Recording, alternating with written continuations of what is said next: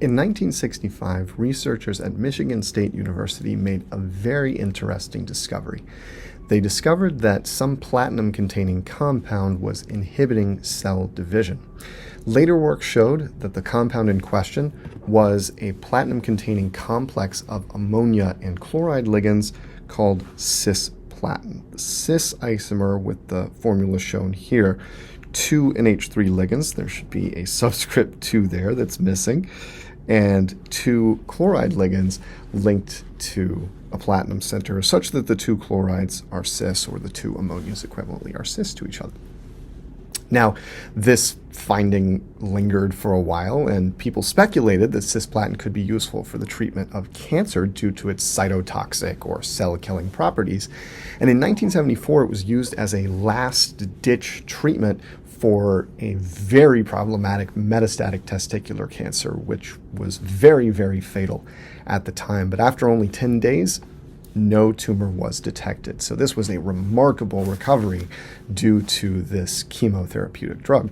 And since the time of that discovery, cisplatin has been used to treat a wide variety of cancers, and it's particularly effective for testicular cancer, where it's got a curing rate of over 90%. Now, the structure of cisplatin is shown here. It's a pretty run-of-the-mill coordination complex, given everything we've talked about at this point, right? It contains a platinum 2 center, platinum in the +2 oxidation state, linked to 2 anionic chloride ligands and 2 neutral ammonias. The 2 chlorides in cisplatin are cis to each other, relatively small bond angle of 90 degrees for the Cl-PT-Cl bond angle. And there is a trans isomer here known as transplatin, where a Cl and an NH3 have switched places such that the chlorine-platinum-chlorine bond angle is now 180 degrees. Aside from this stereochemical or spatial difference, the 2 molecules are exactly the same. Transplatin is still a platinum 2 complex, same ligands, same molecular formula overall, all that good stuff. However, interestingly, only the cis isomer is effective as a chemotherapeutic drug. This actually gives a hint to the mechanism of action of cisplatin and its cytotoxic effects. And we'll see that actually on the next slide, why the cis isomer is the only one that's effective here. It's important that the 2 chloride ligands in particular be relatively close to each other for geometric reasons that we'll see very shortly.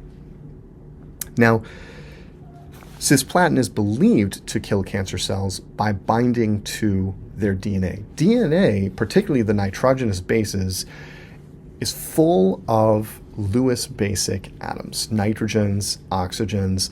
These Lewis basic atoms are part of the reason DNA does its thing, right? They can engage in hydrogen bonding and other intermolecular forces across the DNA backbone to create the double helix and give rise to all of the information storing and replication behaviors that we all learn in introductory biology. But if we disrupt this, in particular if we disrupt the DNA double helix, there's the possibility of a cytotoxic effect. So this slide just shows you a typical example of a DNA backbone and highlights in particular some of these Lewis basic atoms that have the capacity to bind to Lewis acids, such as the platinum 2 center in cisplatin. So these nitrogens, for example, this nitrogen, all of these atoms have non-bonding lone pairs that can be donated to the platinum center, creating coordinate covalent bonds and potentially explaining the cell-killing action of cisplatin. Now, this was investigated. This was investigated using structural biochemistry, where DNA was treated with cisplatin and the structure of the resulting complex was elucidated.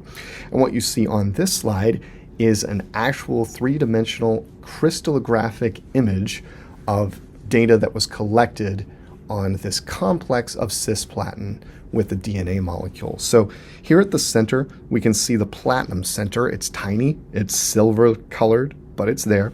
We can see the 2 NH3 ligands. The hydrogens are hidden because those hydrogens are actually difficult to resolve using X-ray crystallography. And the chlorides are missing. The reason the chlorides are missing is they've been displaced by these Lewis basic nitrogen atoms in the nitrogenous bases of the DNA. This has the effect of disrupting the DNA double helix, since that's built on hydrogen bonding of these nitrogenous bases, which you can see here and here, with counterparts on the dark blue strand of DNA, for example. And this disruption causes a change in the shape of the DNA and essentially prevents DNA replication and causes ultimately cell death. And if you want to explore this structure in 3 dimensions, check out this entry in the Protein Data Bank 3LPV. You can rotate this around, zoom in, and get a closer look at that platinum center. Notice the geometry is still square planar, and in fact, this picture helps us understand why a cis geometry of the chloride ligands is critical. This bond angle needs to be 90 degrees between the 2 nitrogens of the nitrogenous bases in the platinum center.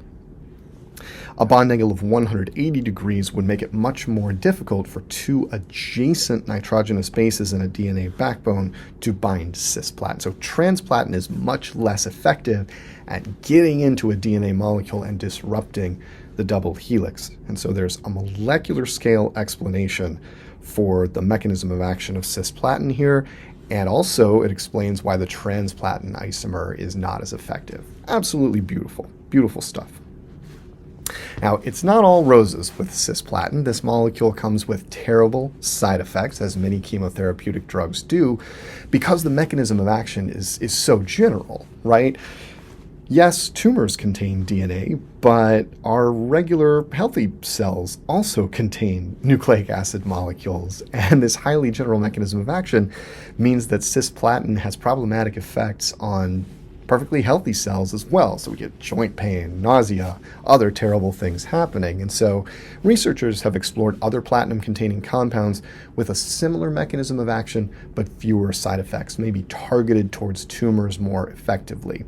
One such example is carboplatin, where the chloride ligands are traded out for this dicarboxylate ligand with kind of an interesting structure.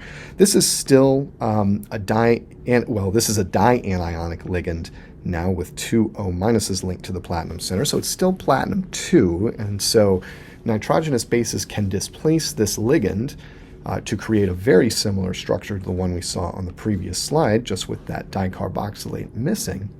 But this is a little bit harder to kick off than the chloride ligands, which are very stable with negative charge, right? Chloride is a perfectly happy anion, and this presumably cuts down on some of those negative side effects by cutting down on the amount of DNA in healthy cells that's actually negatively affected.